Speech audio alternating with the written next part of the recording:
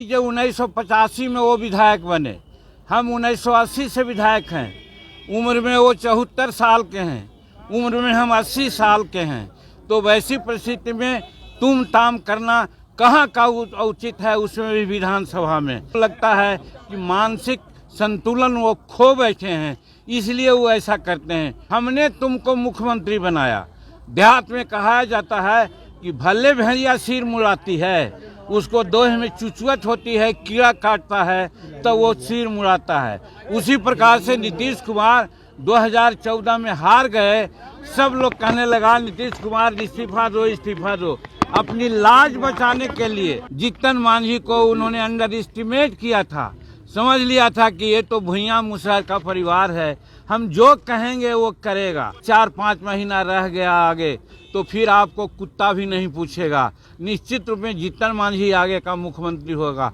तब इसको हटाने के लिए इन्होंने क्या क्या नहीं किया। राज्यपाल महोदय से मिलेंगे और कहेंगे कि ऐसे मुख्यमंत्री जिनका दिमाग लगता है कि अब कहीं दूसरे जगह चला गया है, इनको बर्खास्त कीजिए, यहाँ राष्ट्रपति शासन लगाइए। 2017 में यही नीतीश कुमार कहे थे, मांझी जी आप लोगों के बारे में सोचा गया है। उस समय एनडीए में थे तो हमने कहा था कि हाँ हमारे बारे में सोचा गया है, मालूम है, हमको गवर्नर बनाया जा रहा है। हम गवर्नर के पद पर नहीं जाएंगे, कोल्ड स्टोरेज में नहीं जाएंगे, हम पब्लिक में रह करके लोगों से काम करेंगे। बिहार के सीएम नीतीश कुमार पूर्व मुख्यमंत्री जीतन राम मांझी पे हुए विधानसभा के अंदर गर्म, तो जीतन राम मांझी बाहर आकर के सीएम नीतीश कुमार को दम भर सुनाया और कहा कि देखिए आप जो है हमसे उम्र में भी 5 साल छोटे हैं, हम 1980 में ही विधानसभा का सदस्य बने थे और 85 में आप बने हैं। वहीं पे उन्होंने ये भी कहा है कि हम जो है राज्यपाल से मुलाकात करेंगे और मुलाकात करके ज्ञापन सौंपेंगे, क्योंकि जिस तरह से इनकी मानसिक स्थिति हो गई है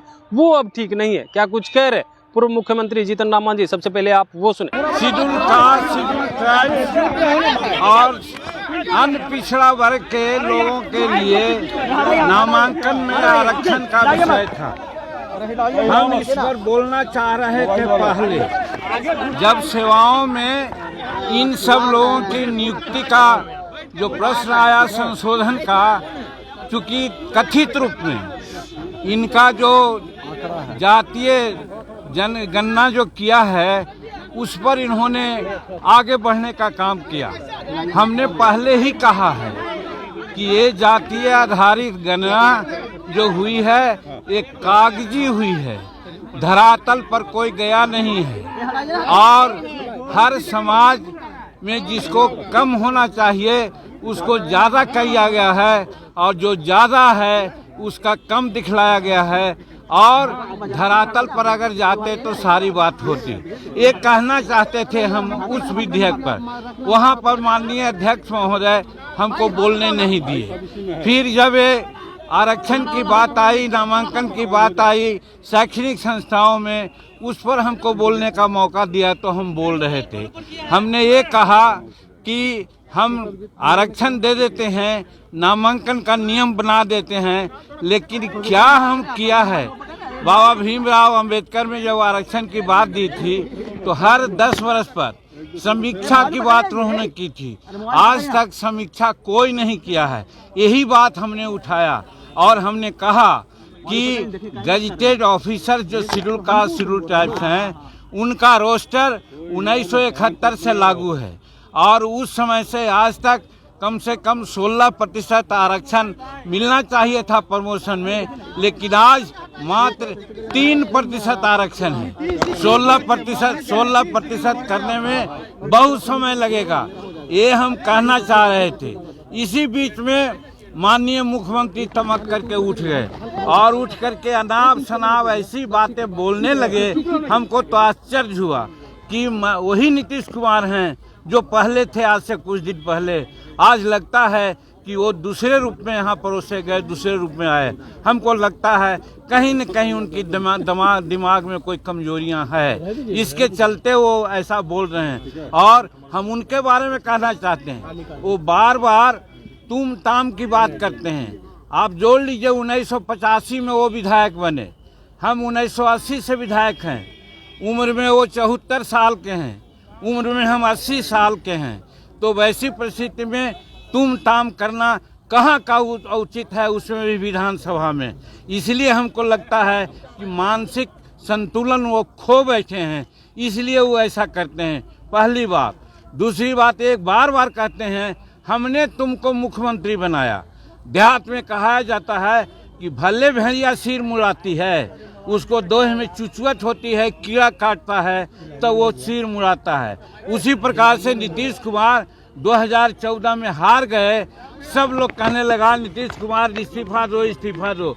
अपनी लाज बचाने के लिए एक सीधा साधा आदमी को मुख्यमंत्री बनाने का काम किया। जीतन मांझी को उन्होंने अंडर एस्टिमेट किया था, समझ लिया था कि ये तो भुइयां मुसहर का परिवार है, हम जो कहेंगे वो करेगा।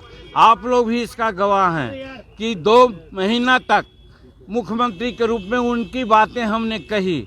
आप लोगों ने कहा कि जीतन मांझी रबर स्टैंप हैं, जीतन मांझी रिमोट से चल रहे हैं। सही बात है, हम आपको धन्यवाद देते हैं। आपकी इन बातों ने हमको प्रेरणा दी, और प्रेरणा के बाद हम जब काम करने लगे तो यही इनके चमचा लोग कहा, ए नीतीश बाबू, जीतन मांझी को आप बनाए थे कि जो कहिएगा सो करेगा, तो वैसा न करके राजहित में ऐसा ऐसा निर्णय ले रहा है। अगर 4-5 महीना रह गया आगे तो फिर आपको कुत्ता भी नहीं पूछेगा। निश्चित रूप में जीतन मांझी आगे का मुख्यमंत्री होगा। तब इसको हटाने के लिए इन्होंने क्या क्या नहीं किया। हमने इनको कहा कि आप फालतू इतना काम कर रहे हैं, इतना काम करने की ज़रूरतें नहीं है। 2005 में आपने हमको मंत्री बनाया था और लोगों ने कहा कि एक दागी मंत्री आ गया है, तो 4 घंटा के अंदर हमने इस्तीफा दे दिया था। अगर आप चाहते कि मुख्यमंत्री पुनः हम बनना चाहते तो हम इस्तीफा दे देते, इसमें कहीं कोई दो बात नहीं। लेकिन ये बहुत लोगों के कहने पर क्या क्या उसमें कारगुजारी की आप लोग सब लोग जानते हैं। तो कहने का मेरा मतलब है कि नीतीश कुमार हमको बहुत हम योग्य थे इस समझ करके नहीं बनाया। उन्होंने बनाया कि जीतन मांझी भुइयां जात और मुसहर जात सीधा होता है, हम जो कहेंगे वो करेगा।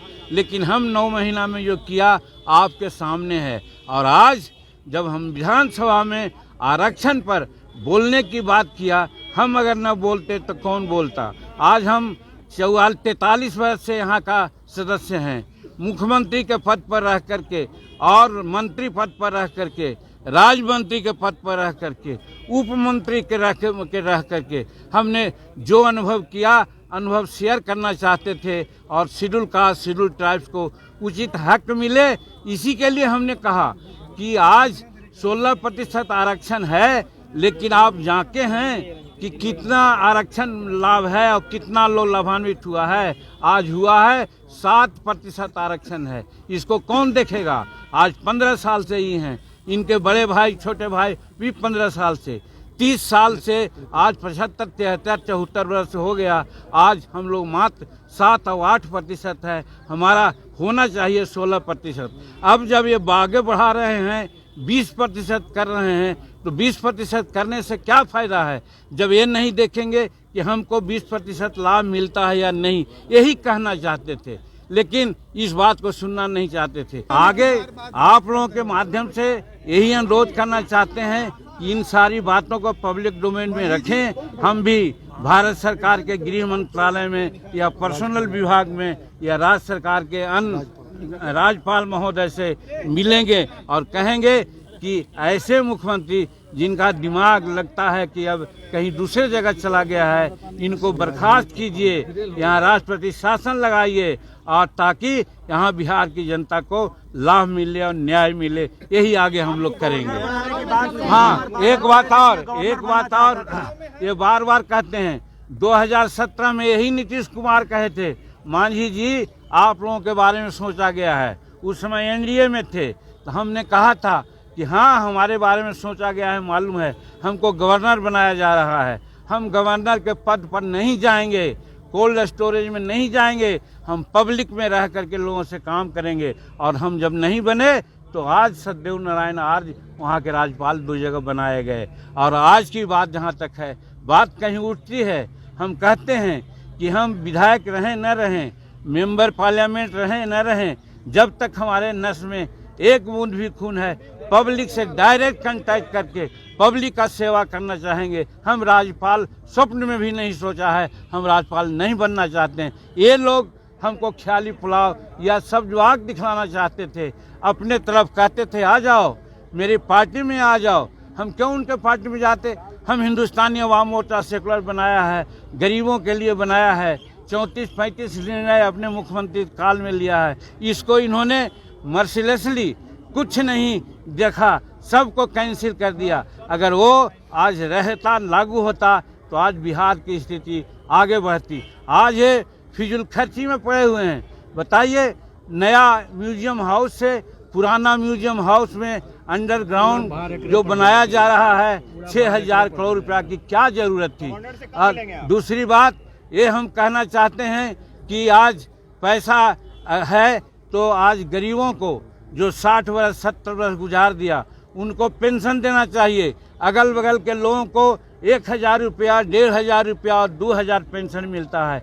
यहाँ 200 रुपया पेंशन मिलता था, जिसको 200 हम बढ़ाया, 400 रुपया मिलता है। उससे कोई फायदा होने को है क्या? तो आपने साफ तौर पे सुना, उनका कहना है कि देखिए इनकी जो है मानसिक स्थिति जो है वो अब ठीक नहीं है। वहीं पे उन्होंने ये भी कहा है कि देखिए अब उन पे दया आती है, क्योंकि जिस तरह से वो बात को कह रहे हैं